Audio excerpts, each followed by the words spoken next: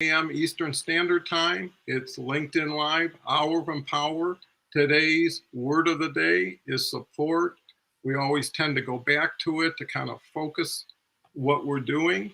But more importantly, it's your comments, your thoughts, your answers that drive this show and allow us to be more relevant, provide more quality takeaways that you can actually put to work now, and an opportunity to network, reach out to like-minded people. That's what it's all about. It's come in here, get value, and return value. So with that said, chat's open. I know it's going to start really fast. So what I'll do is I'll turn it over to Leslie, who is an old pro at this, and everybody knows and loves Leslie. And then she'll turn it over to Bev, who will then share a little bit about herself. And everybody will have their initial thought and comment about the word support, because that's a measure of where we started to where we finish, and see how we can expand all of our perceptions and understandings of the application of quality words in quality relationships. Well said. And with that, Beverly, no, I'm sorry, Beverly, Leslie. Leslie is ready to go as always. What can you bring? You did point to me first. I did. I did. Yeah. It's kind of the surprise effect I'm trying to establish today. I So see. Oh, here comes the look over here, but it's over here. So Right. anyways, Leslie, take it away. So support. I was on an audio this morning about being kind, and the subject came up. And what I recognized in myself was that I used to believe that to do anything, I had to leap, right? It had to be a leap forward. If the goal, it had to be like astronomical. And I now know that it is better not to know how to get there, but only to take small steps. Well, support is the same way. We can support people easily in this community, which we do by sharing and tagging and supporting one another. So for me, support is an everyday thing. I support someone every day, even if it's a repost of something I find interesting, to elevate others. So that's kind of where I am now as far as supporting others. The more I support others, the better I feel. Well, I think that also validates what you provide is the feedback you receive. So the support you're giving is really testing the waters as to how valuable is this, and what can I learn from the feedback. They say there's no failure, only feedback. With that said, I just want to get the audience in here just quickly. Ibrahim's here from Nigeria. Thank you for coming today. Here's Omar. Omar's coming on a show with Rita in a couple weeks. I think even next week. Omar's been here before, does some great things for kids. Kinga's just scheduling her first time on Hour of Empower, and Kinga has been a great supporter. Ashif is here. Ashif brings so many valuable comments from Toronto. And with that, I'll turn it over to Beverly and give her an opportunity to share a little bit about who she is, and introduce herself to this wonderful community, and share what her initial thoughts on support. First, I have to say thank you. And thank you, Dawn, for this community, which I have been slowly being integrated into as I've been watching more and more. And I noticed how supportive it is. And that's what drew me into this community. It's not loud, it's not shouting in your face, it's not saying this is the way.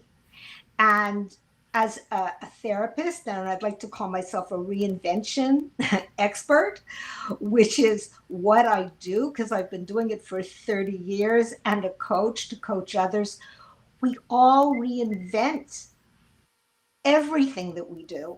And whether it's in business or our personal life or wherever it is, we need support. And so support is a wonderful word for me. I do it all the time. However, the most important thing I think we all have to know, and on just a side note, the reason I saw you is I needed support on LinkedIn. And so that's where I came to you, and that's where I came to this community. We all have to be vulnerable enough to reach out and get the support. And support, we should not be ashamed of that. There's support for everything. There's physical, there's emotional, there's technical support, which, oh my gosh, I hate. But I need that. Okay. And the thing is, to allow yourself to be vulnerable enough to get the support, and also to know if you're giving the support when enough is enough, because that becomes enabling. And you have to be able to allow the person, like a little bird, to be free. So you give that person all the tools and then support them until they can fly. That, for me, is what support is about. Well, that's great. I think both of you have tremendous definitions of support. I think support has a lot to do with strength, right? You have to be strong enough to support yourself and someone else and still have a balanced, positive existence. The other thing about support is it's reciprocal. If you give and don't get, support stops. If someone gives you and doesn't get, support will typically stop over time because they'll find greener pastures. But I think the other key to support is just people knowing someone's there is supportive, right? And I also think the healthiest people go for support first because they're aware of a need and they're willing to make a change. It's the ones who deny it, resist it, that continue not to be helped, and they gravitate to the group that's attractive to them, that's a like-minded group. And I think that's the key to support, is like-minded people doing things unselfishly selfish, right? Because they're going to need the support, but they're proactive in providing it, presenting it, modeling it. And that kind of communicates what kind of support you give, probably what kind of support you're looking for. So with that said, Leslie. So to your point, I mean, I love this conversation. You said something very curious and distinct. You said that when you're giving support, if there's no reciprocation, eventually you cease that support. Now, that's where I want to go. Because when I give support, I do not do it with an expectation of getting it back. Okay, I don't like, oh, if I share this post, then am I going to get it back? So that is not my intention. And yet the phenomenon is, you can't help but notice if you support someone consistently and repetitively over time and they do nothing, the question is, will you still support that person? And that's where I have a problem, because I'm not stupid. So if I support you, I actually had this happen. There was a writer that I really wanted to support. And every couple of days, he would post a different article, right? And I would read it or skim it at least, and I would make a comment and I would support. Now, what I didn't realize, this guy didn't like me. Okay, so all this time from something that happened, it doesn't matter why, not everybody does. Anyway, so actually I told him, in a chat, I said, between the two of us, I said, I've been supporting you and sharing your stuff because I think that you have good value, but it doesn't go unnoticed that you never respond. You never acknowledge. And then later on, I found out that he didn't like me. So that tells me about him. But back to the point, what is it in there that has us, if we are supporting people and sharing, right, to elevate others, And if you don't get it back, at what point do you stop? And how do you determine stopping? Well, that's a good point, Leslie. And my thought is, again, if you're looking at what you give and what you get, it's not the same thing. Sometimes thank you is enough to make you want to keep doing it. And then And also getting it from other people. So the truth is, there are a lot of people that support me more than I support them. Right. So it does come back. yeah, But my concern is my own integrity. Am I really doing this out of the goodness of my heart? And if that's the case, what's happening with me that I'm noticing that someone isn't reciprocating? And am I reverting back to being a little girl again? Well, if you're not going to play, I'm not playing with you. So, yeah. So I don't know. Beverly, what do you think? Beverly. You're the therapist. Well, I've noticed my camera has frozen. Okay. So not here. We got you good. You're good here. Okay, good, because I see myself totally deadpan to all the wonderful things that you've been saying. So so I say, oh my goodness, I look so mean. Okay. Yes. I think the important thing when we're doing anything, but we really don't know these people, we're supporting people, but people show their colors through social media. And whether we like it or not, you know who's friendly, you know who's not. And I think you're 100% right, Leslie. I think that when we don't get back, then obviously there's something missing. And it's the same thing in real life. Everything that goes on in social media transfers into real life. And because we show our colors one way or the other. We know who's authentic. We know who's out for your money. We know who takes and doesn't give.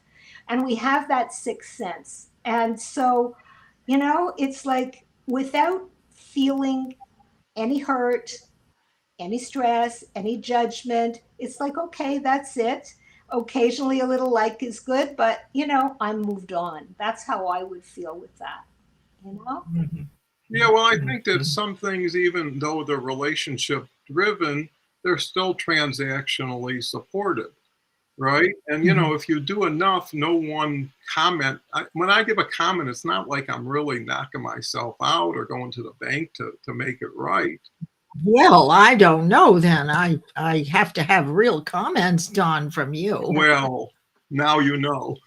So anyways, I think it's what you feel good about doing first and who you feel like doing good for. And to Leslie's point, once you do see a little bit more clarity on who it is, it gives you a chance to step it up or back it down. It doesn't matter. It's like if you've got so many tokens every day, right? If someone said, here's 10 gold coins, find 10 people to give them to. And hopefully what you're doing is bringing value and value they couldn't get that wasn't unique to you. Do they have the ability to understand what it is you gave at least? Some people don't acknowledge because they don't think it's just, they're not discriminating in a quality way. They are a numbers type person, spaghetti against.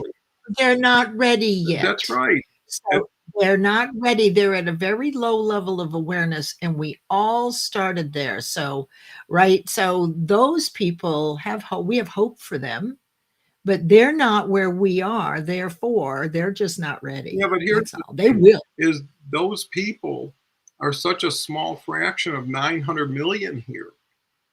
Right? Why wait on someone when they're ready? They're ready. I go to work with the people who are working. I'm ready to go. I'm looking for someone ready to go, not somebody to wake up. I think it's the opposite. Really? No kidding. Disagreement. I do. That there are very few people that are aware. There are very few groups like this where there isn't a lot of sarcasm, cutting down, jealousy. That is the norm. This is not normal. But that's the point. This is the default. Yes. To that. And I speak to Sure, please. To that. Yes. This is why this community stands out. And I'm bringing that into the workplace. I'm bringing it everywhere. We all have to stand out by being who we are. And so, Dawn, this is your personality. Your tribe comes to you because of that. And everybody is unique. So, when we were talking before about social media, what I take a look at really is not everybody is your tribe. We're not going to vibe with anybody, everybody, all the time. We will vibe with people that vibe to us. And I have to just stop here because I see my deadpan face, and I hope you can see me as I You're doing No, good. no, it's very magical. You're No, smiling. you're doing There's better. a big thing. You got a big thing of spinach Oh between my these goodness. two. My No, I'm daughter Oh, was she's kidding. I'm just making kidding. you feel bad. Leslie. Okay, go ahead, Okay, Beverly. that's okay. This I is can like take it. this is like third grade. Bring it on. I was good in third grade. Go ahead, Beverly. Sorry. But you know, it's like if you're going to a job interview, and I help people all the time with this. Am I not good enough? I'm over 50, or I've lost my job, or I haven't been able to get there, etc. Well, the whole idea is just keep going. The job, although you may think it's for you, is not necessarily for you. And even if the job is good, maybe the people you're working for.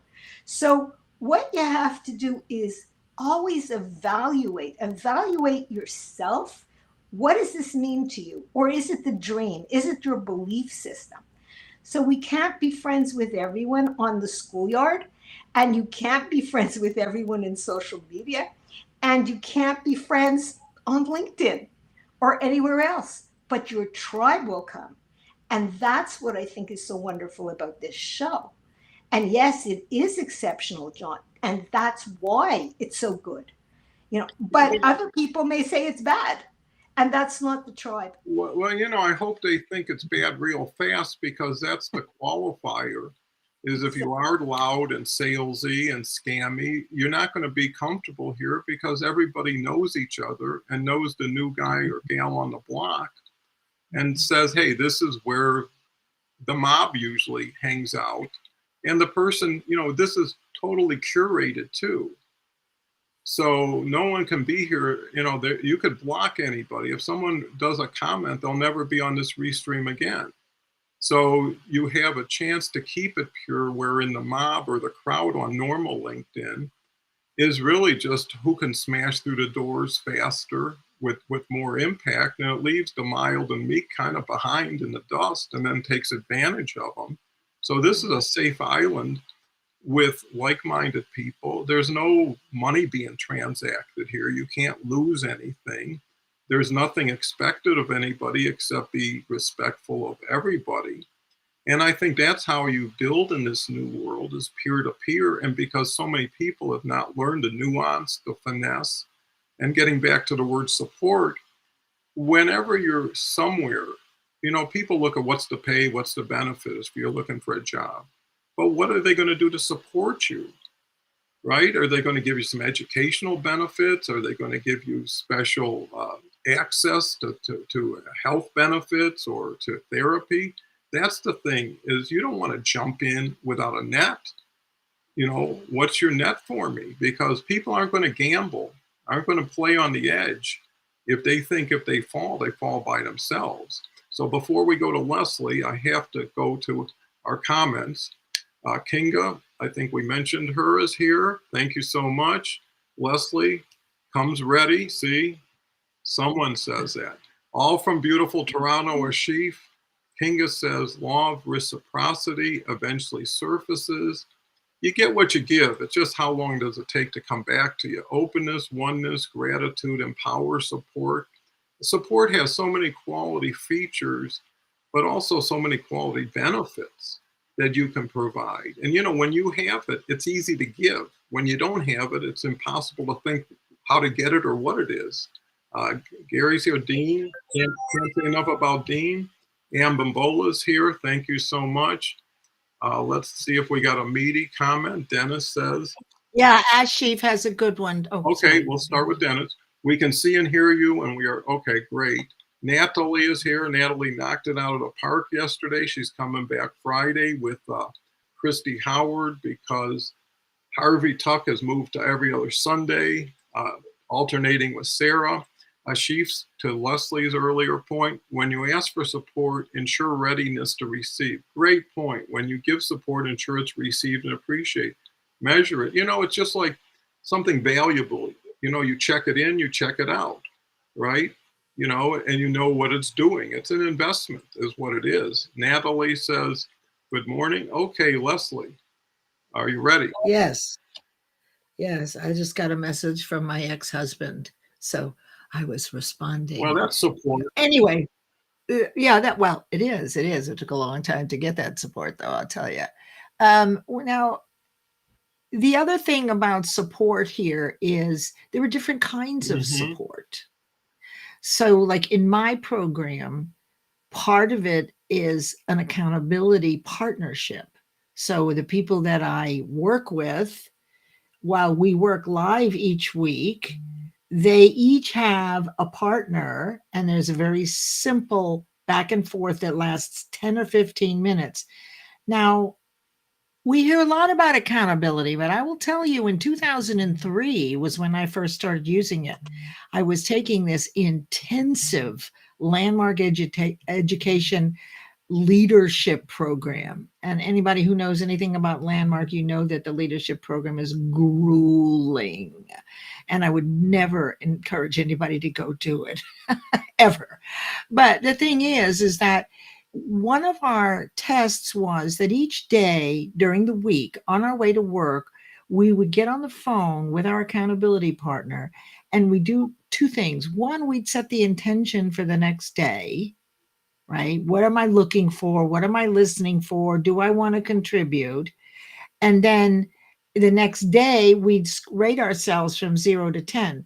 Now, the beauty of this was that we did this every day on the way to work between 8 and 8:15. We got to work 8:15. We were on the phone and we did our accountability call. We were supposed to do this for 3 months. We did it for 2 years. The relationships that come out, I've learned, out of accountability, just helping one another because you're on the same wavelength. That's another really excellent way to be supportive inside your community. Yeah. So that's what other ways are there to be support? We can do LinkedIn support. We can be supportive in our own programs. So Beverly, what do you think? What are some other ways that we can be supportive, short of buying someone's coffee that's behind you in a line like that? You can do that too. There's simple ways of looking at support too. We always think in support of giving, but sometimes you can be silent and you're supportive. And to just tell somebody also, I'm here for you. If you need any help, let me know. That is support as well. We don't always need to ask and give because other people may not want to receive. So we're there. Like you were saying, Leslie, accountability is wonderful. But what you're really saying is, I'm there for you. And if you need help, I'm there for you. And if I need help, I'm there for you. So you always have somebody that's there. And that's why my programs are exactly the same. They work with each other, but I'm there for every single person because I want people to succeed. And I am there for you. But then again, they have to be there for themselves too. I can't do the work unless somebody else wants to work it. And that's so important. But listen, listen, be there. Can I do anything for you? That to me is also support. And that's in all ways of life. You go to a funeral, some people don't stop talking. Just be silent. You're there. That's enough. I want to ask Donald something because along this line about, and I love what you said about that, just be there, be present. You don't have, a lot of times at funerals and things like that, people are nervous. And I think that's an expression of their nerves. But Donald, along with support comes this resistance from some people resistant to contribution. So I noticed that in working with women, women are a little less more resistant to contribution than men. It's always like, well, I got it, I got it, I got it. Can I help you with that? No, I got it, because our lives were about, I got it, I got it, I got it. And we did have it, have it, have it. And men are a little different. Can I help you with that, buddy? Sure. So speak, Donald, to the process of resistance to contribution and how to kind of how you might get over that hump. What might be a step or two to purposely accept someone's contribution? I thought you might Well, that's like a great question, Leslie. And I was thinking when Bev was talking, is again, support is like any other word. It's based on context, tone, facial expression when you deliver it. And it's also directional, which means you can support people by allowing them to support you, right? By receiving, and it gives them pleasure, right? If you saw a hungry relative and there was food on a table, you'd happily say, please help yourself. And by them accepting it would make you feel better. And you're doing a service to the giver, because because they don't have, they either think what they need is scarce and valuable relative to what people have so much of and are asked so few times to provide. People are throwing money in here and there at people they don't know, causes they never get involved in. And then somebody they meet or know needs $100. And it's, oh my God, $100. And once it turns to money, it's different than, can I borrow a pound of flour or something, And that's where people have to get in their own mind as far as priority of values, right? To your point of asking for help, being gracious and giving it, but also the more you give, the more you're open to accepting, because you understand the process isn't scarce. You know how many people say, I can't love you? It takes like a miracle to come out of their mouth. And some people are saying it every 2 minutes. Well, it's what you believe. Well, and I think to your question and an earlier point that was made, how elevated, how mature are you in the giving and taking process? And if you're professional at it, usually you're using words to communicate. You're also using words to respond to the communication, right? If you're a little more sophisticated, which doesn't mean you're better than anybody else, you just operate at a different level, right? It's not a judgment. And you're talking to somebody that says, hey, this has taken a minute to explain, when somebody else usually would get it in 5 seconds. You would start to think, hey, there's more than a need and a ability to service it. It's a communication or a cultural or environmental issue. And again, you're better off saying next.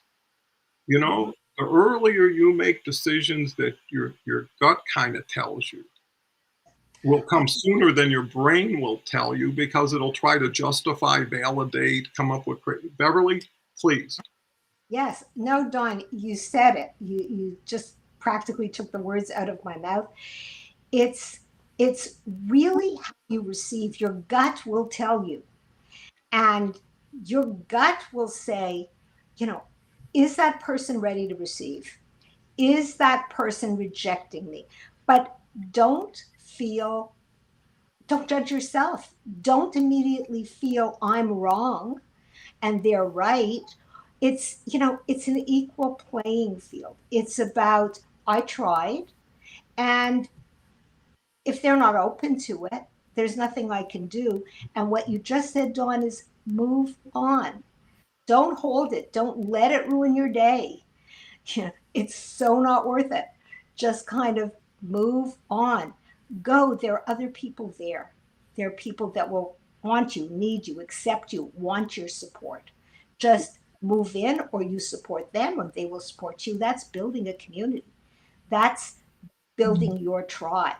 Well, that answers Leslie's question to a point, because most of the time I don't want to fix something that I just saw for the first time. I've got to fix things I own and have had for a long time, and that's a responsibility and obligation for accountability. But a new person should be adding gravy themselves from the beginning, an attraction to say, hey, this book will get richer every page I turn, versus, hey, I already started. And you're right, Beverly, when you deal with your gut and it tells you something, you don't follow it, that's when you feel bad. When you deal with your mind, because I always ask myself, have you ever made a mistake in life? And if the answer is yes, the next question, could it ever happen again?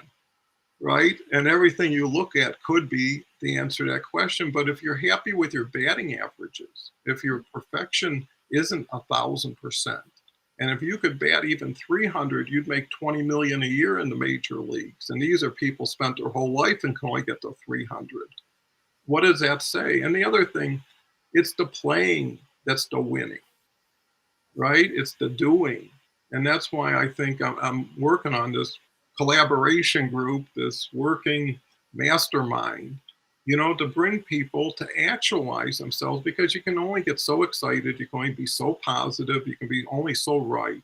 But if you don't know what you're doing, you're still going to be bumbling around, but you're going to look better when you do it. So with that, let me see if I can find some more, and then we'll go right back to Leslie. Leslie just has so many wonderful tidbits. It's like going for an appetizer every time. So here's Harvey. Harvey says, I'm on a train on the way back from London, but want to stop by, say hi, and listen when I get signal. Will be catching up. Harvey's so industrious in catching the program in so many different physical locations, hotel lobbies, his car on the side of the road. I think Natalie made a great point here. Support is a word I like to use and implement. I love to feel supported. I'm also staying aware of whom I can support. Do you agree we are best positioned to support people when we can use our innate gifts and expertise? Leslie, what do you think? Well, that wasn't what I was going to talk about, but I can respond to this. Nah, I don't think so. Let me just tell you, let me look at this a little bit differently. We're developing our innate gifts. I don't know that we know them along the way. Yes, we're all experts, but most of us question our own expertise. Well, I'm not the one to teach. There are other people who know more than me.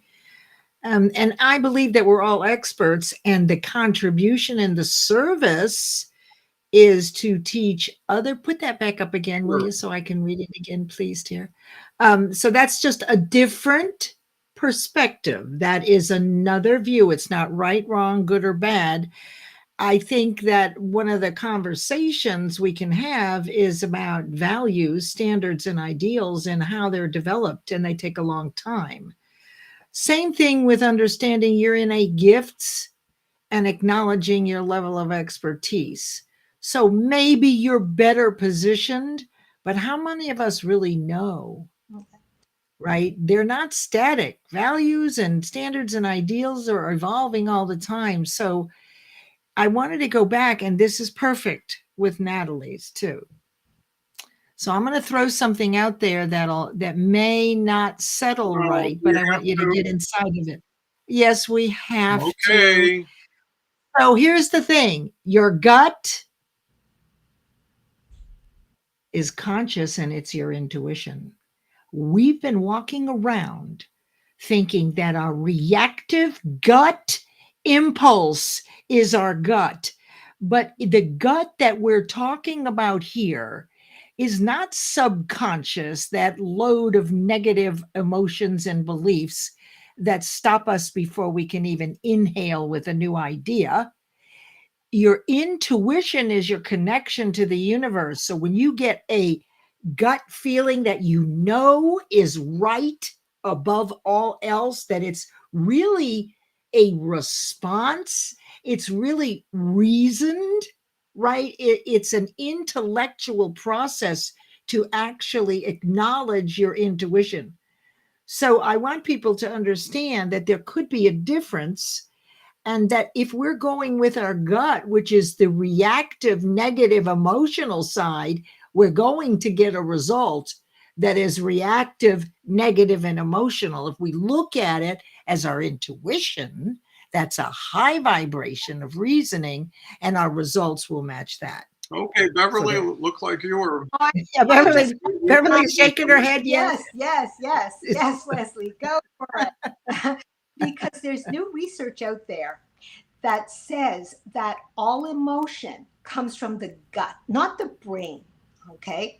It's The mind. gut It's the first, mind. yes. And Mhm. then it hits our brain. And then, of course, what our brain does is we rationalize and we try to fit it into our world. And you know what? We know our feeling tells us, and we start perhaps not being able to eat or not being able to sleep, all these emotions because I'm not feeling well. Stuff is coming from our gut. And yeah, and that is exactly what I do. I help people relieve that pressure. And that's through coaching because we often don't even know where it comes from. It's just, oh, I get these terrible cramps in my neck and I get this pressure and I can't sleep. And what do you think? You think you're not being able to sleep because maybe your kids have been saying something or what's going on in your job. And the bottom line is it's not really about that. It's about you're missing all kinds of parts that you can make better for yourself. That's your gut talking. It's, I need this. Go with your gut, that old expression, that old. And yes, but know that it is mind, and the brain has nothing to do with it. The mind is what creates new neural pathways. The brain is an electronic switching station. The brain is actually like your car radio, right? And your mind, which is a cellular activity, it occurs simultaneously in every cell of your body. Your mind, when you focus on something for a long period of time, creates a new belief and a new neural pathway. Exactly. Now, when you get a new idea, instead of defaulting to I can't do it, etc., what happens is you have other choices. Right. You have other ways of thinking. So I didn't mean to get into this because this is teaching. So Donald, take it away. Yeah. We talk about talking, not teaching, but Leslie does her best. And she gets better with time. So there is positive movement. Here's Natalie. There was another part to my question. LinkedIn is glitchy. Here is the second part of my comment. Well, thank you for putting a lot of thought and putting a lot of type down here. Do you agree we are best positioned to support people when we can use our... No, this was the second part. So let me see. Okay. Here we go. Even in silence or with a smile or a hug was the second part. And yeah, I think that however you express it, is important to you because the game is between you and yourself. Everybody else is everybody else. They say be you because everybody else is taken, and we're nodding our heads, not shaking them, and everything is a component, is a missing piece. Everybody's by 90% there. It's the 10% that makes them more what they want to be. And if you're on a journey that gets you better, then that in itself is hopeful. And I think, when people say your gut is full of negative stuff, well, your gut could be full of positive stuff. Are you operating with a tailwind or with a headwind all the time? Are you on your side or their side against you? If you say something and then you say, well, what are they going to think? What are they going to feel? What's going to happen to me? All of a sudden the enthusiasm, the excitement in the idea gets diminished. And pretty soon it's only one prevails. So positive and negative will not occupy your mind at the same time.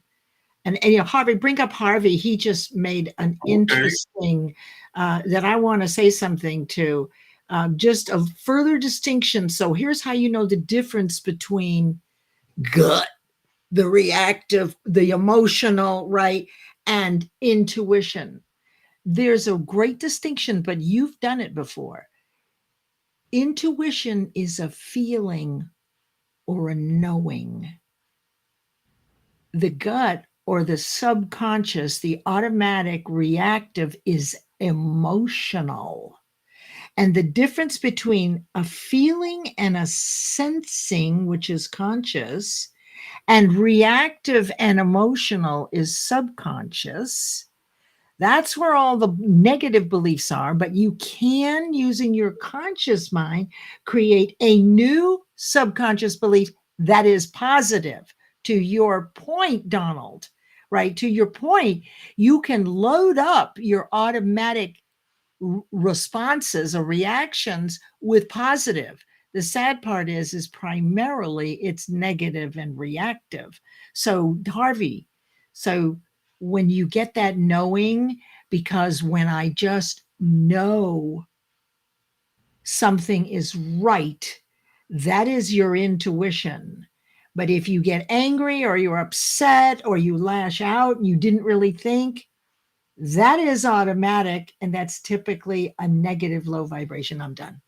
Okay, well, typically is a good place instead of absolutely. That's right.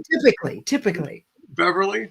Yeah, I think it's important that we all should know that it's easier to be negative than it is to be positive. And there's a reason for that. It goes back to our primal times. We have to watch out. We have to be guarded. So it's always easier to go into that negative. And when we're negative, we can have two choices, like you said. The choice is either I'm going to turn this around and say, hey, this is ridiculous. Or what we can also do is go down that spiral and have those beliefs that you can't even get out of.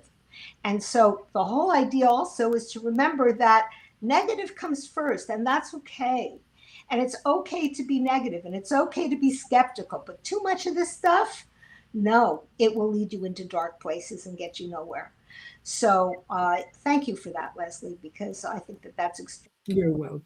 I don't know. I that's a little deeper than I usually get, because Donald has a really hard time sometimes understanding me. You know. No, I understand you. I support you. I promote you. I know you do. I know you do. But Harvey, really, I mean, that is one of the teachings, when you can actually now separate and see the difference in conscious and subconscious, responsive and reactive, intuitive and emotional, right? Most of us are default negatively because you're right, Beverly, when we were kids, this was the survival. Let's say you had your first book report in second grade, right?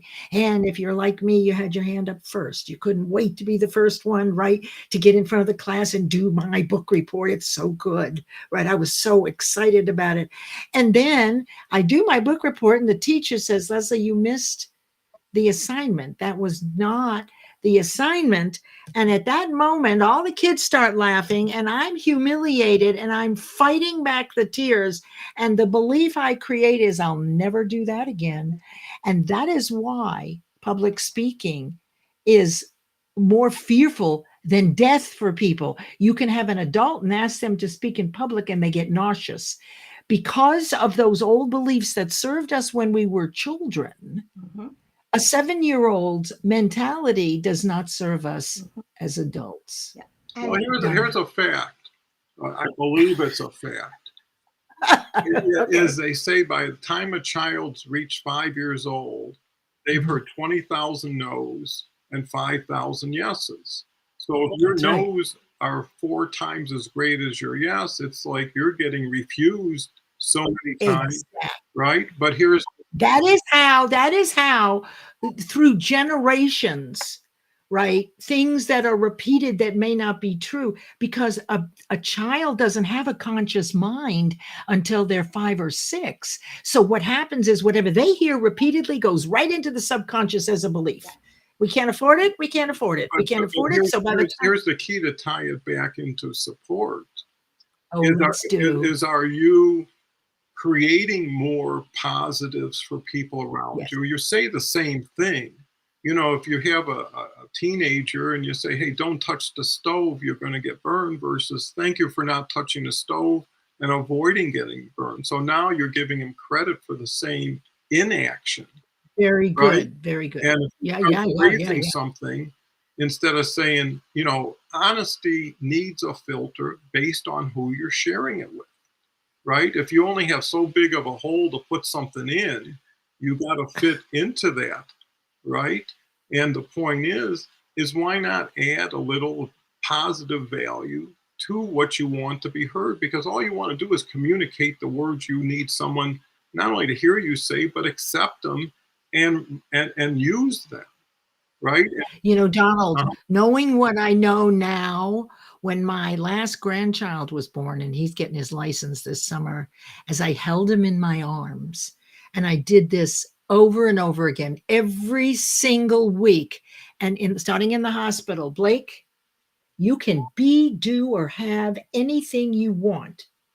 And anybody who tells you that you can't, you tell them, my Nana said I can. Well, that's so sweet. You know what I used to do with my kids, and my wife was pulling her hair out all the time, is whatever they would say, I would say, you're right. You know, I say, you know, what state are we in? If they said Michigan, you're right. It didn't matter, just because the smile on their face. And to your point, they don't understand half of the things, but hey, I was right. And people love that. Hey, someone It feels good.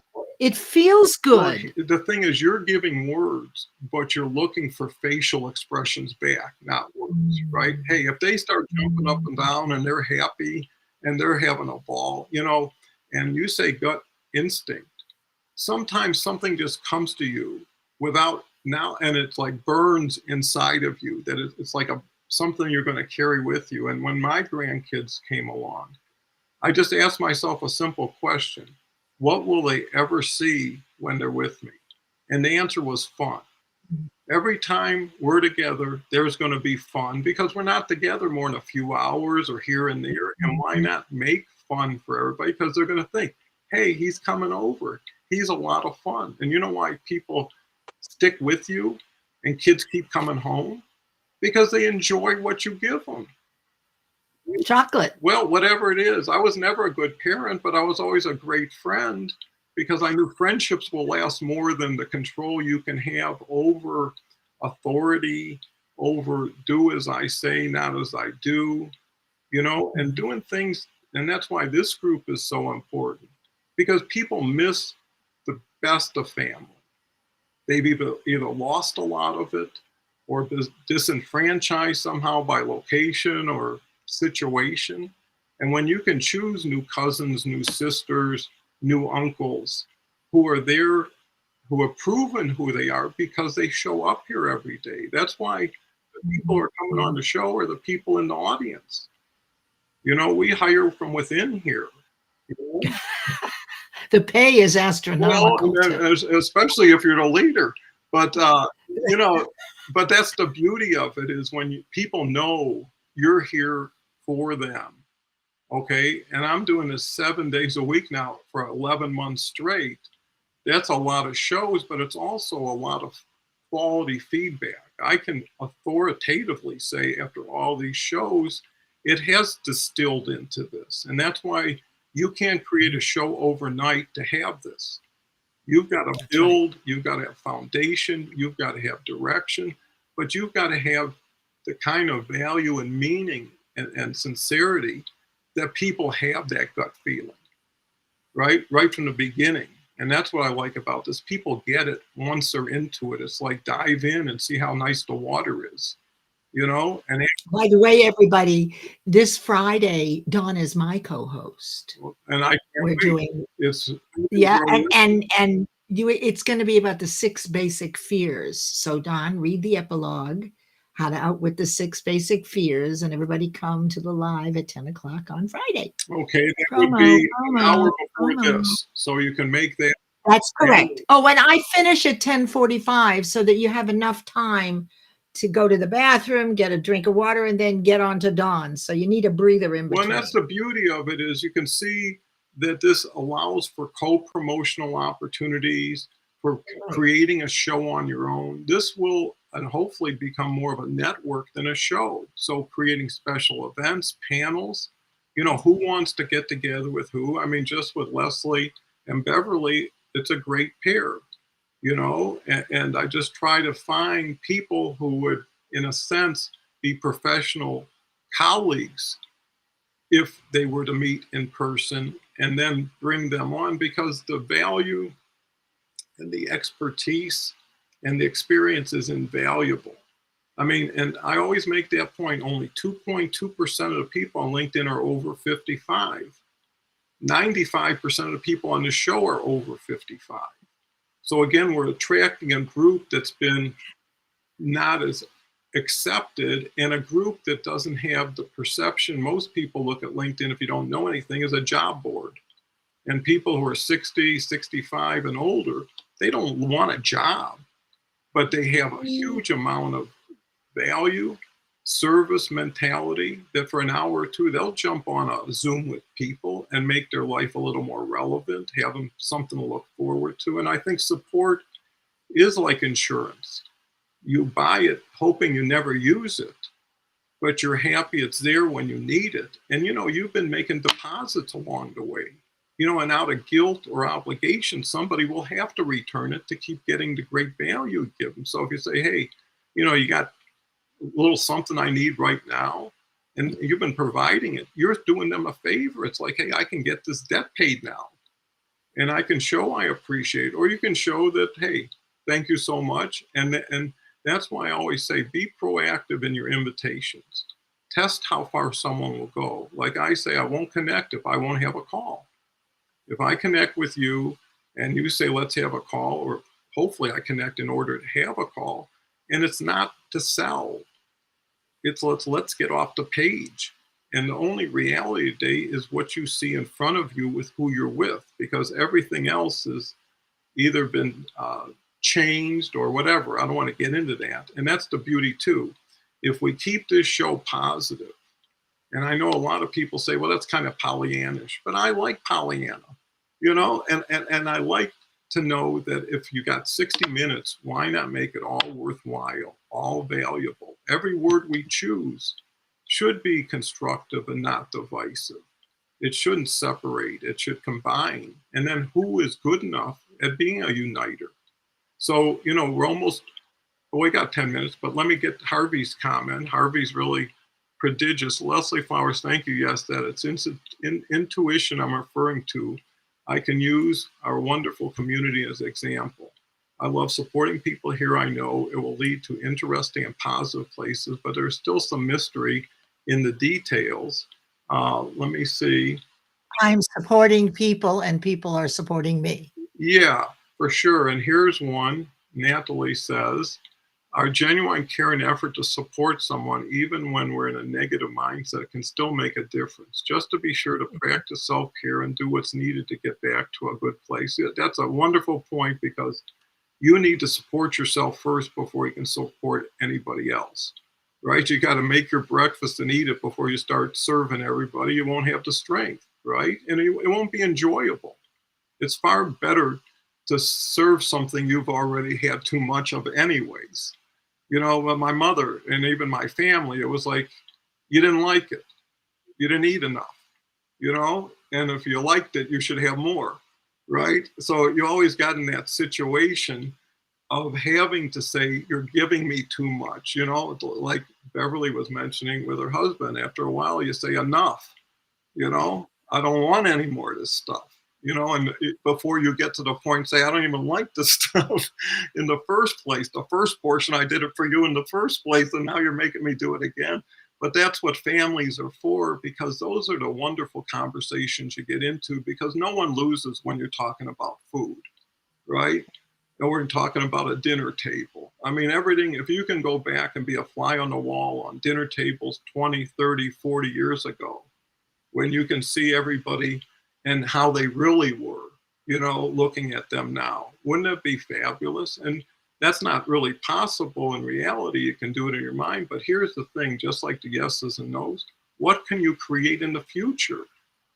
Not only what support do you give them, but what assurance that the support will be there again, right? How many people said, if you ever need it, please come by, I got more. I'm happy to help, right? That would typically be the question. I remember my mother told me a story during the Depression. Nobody had nothing, but there would be people coming to people's houses hungry, and I mean, sincerely, whatever they were. And my grandmother always told my mother, you never let anybody in, but if anybody comes for food, you give them a sandwich and a cup of milk or something, that's the thing to do. And when you grow up knowing that that's the thing to do, right? You start doing more of those things. And like Leslie says, if there was a time you got up in the second grade and you were a superstar, right? People couldn't stop clapping. The teacher couldn't stop recognizing you. You would say, hey, when's the next time this happens? Right? So you're so impacted by the audience that you choose to present yourself in. And why not get to a friendly place where everybody kind of believes what you do? So, anyways, went off a little bit, but you know, that's the beauty of live. Let's see before we end. Here's Harvey. Les, thank you. Okay, we talked about that. Okay.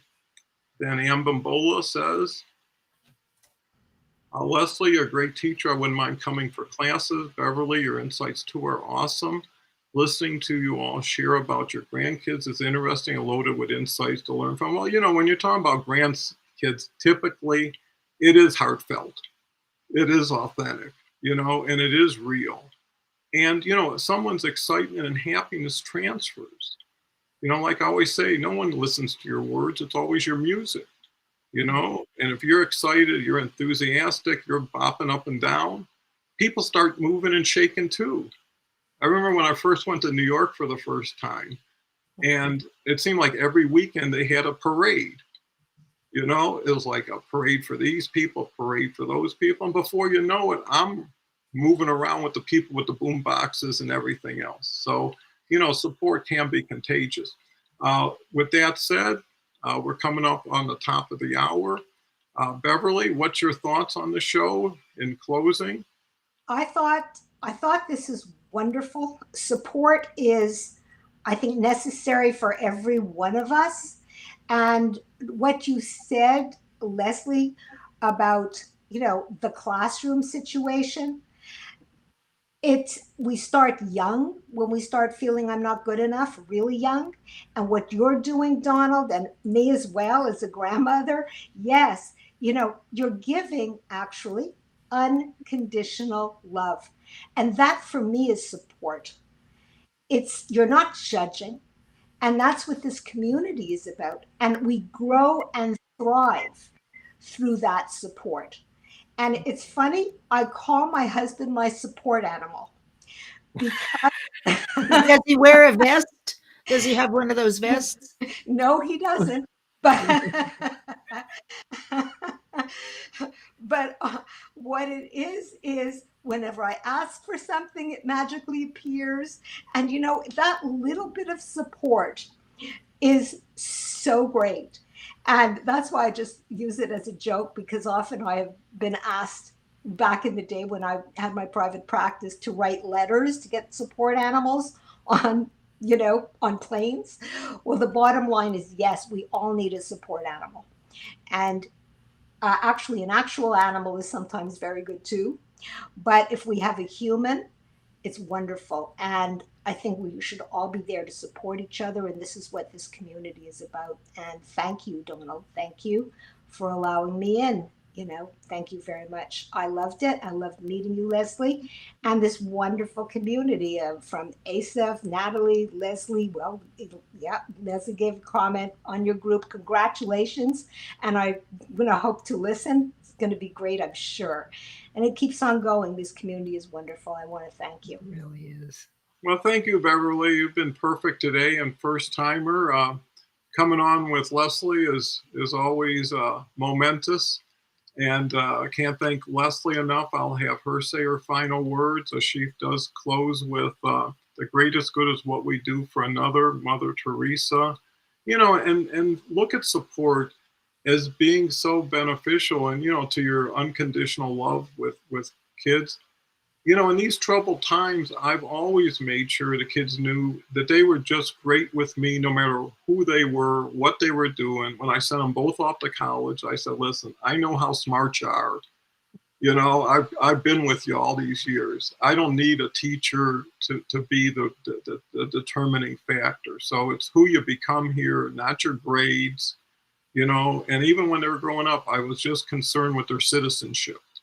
You know, I would always say, how are they respecting you, the teacher? Are they respecting their classmates? And if they said he's or she is doing great. I didn't even care history, that stuff, because those things you can always come back to. And I think that's making the right investments in the right people. And what happens is when your son says, "Hey, Dad, you've done more than enough. You don't owe anybody.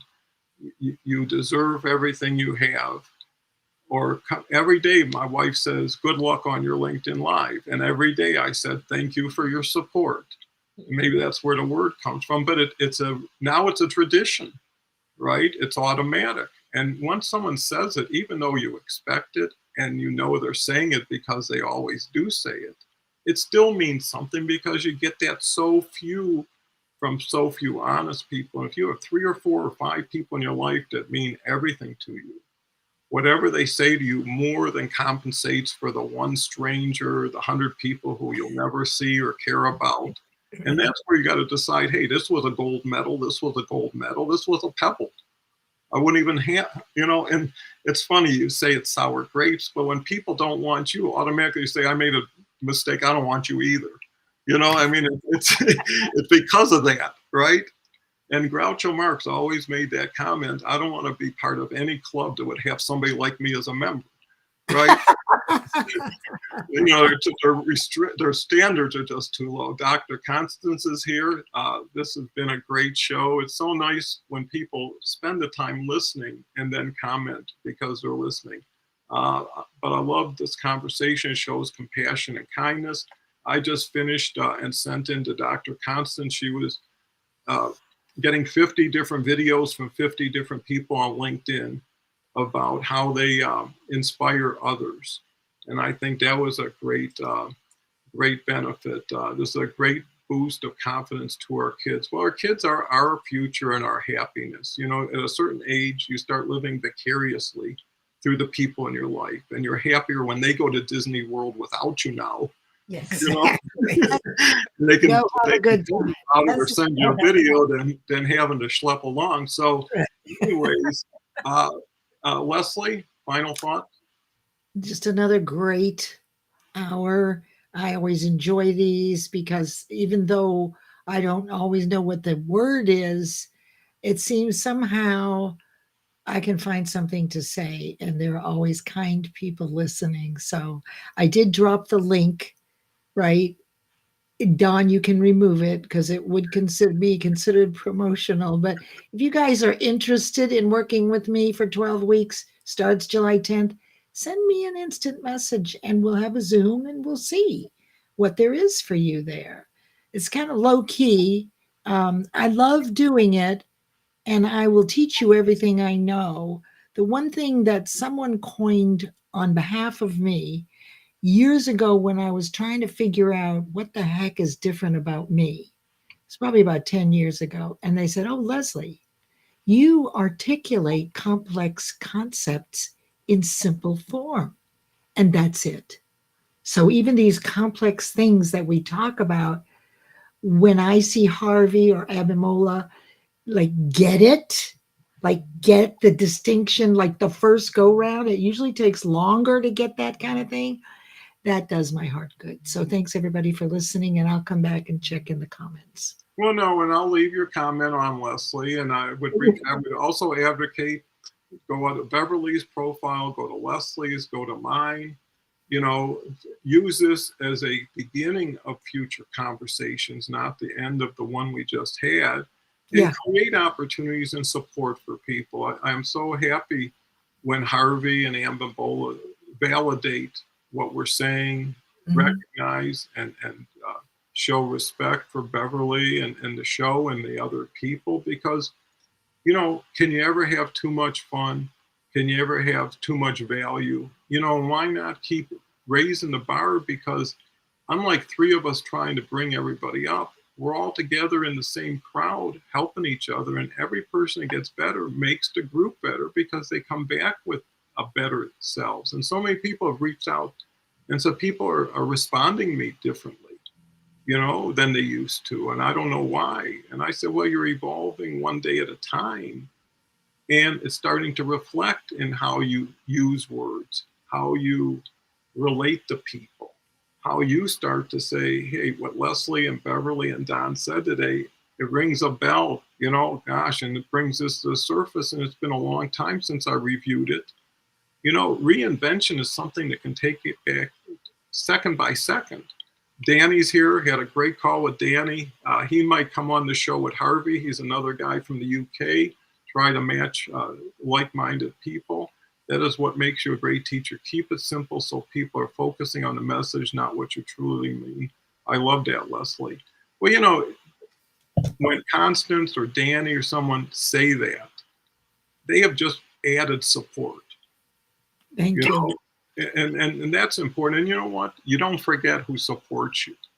You know, you might remember who didn't, but you don't forget who did. And sometimes they come in at the time that you need them the most, and they don't even aware of it. And there's maybe some intuition that circulates, and all of a sudden, you know, the phone rings and you know who it is before you pick it up. You know, or you need something, don't know how you're ever going to get it, but you believe it's going to show up still, you know? And you've done the work. You've supported. You've lifted others up. You've provided value. You're really gleaning what you created. We're really cause in the matter of our own lives. Yeah, and you know, the thing is we're all helping each other. Like I say, if there was no audience, just the three of us doing a show like this has been therapy for all of us. It has reinvented some ideas and thoughts into the surface, maybe pushed some away.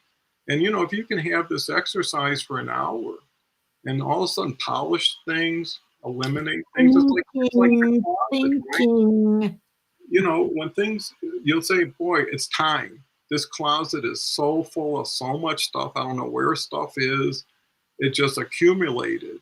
And within an hour or two, you take it all out, you put it back in, and you got a bunch of stuff that says, great, gives me room, gives me a chance to contribute to someone who could better use it.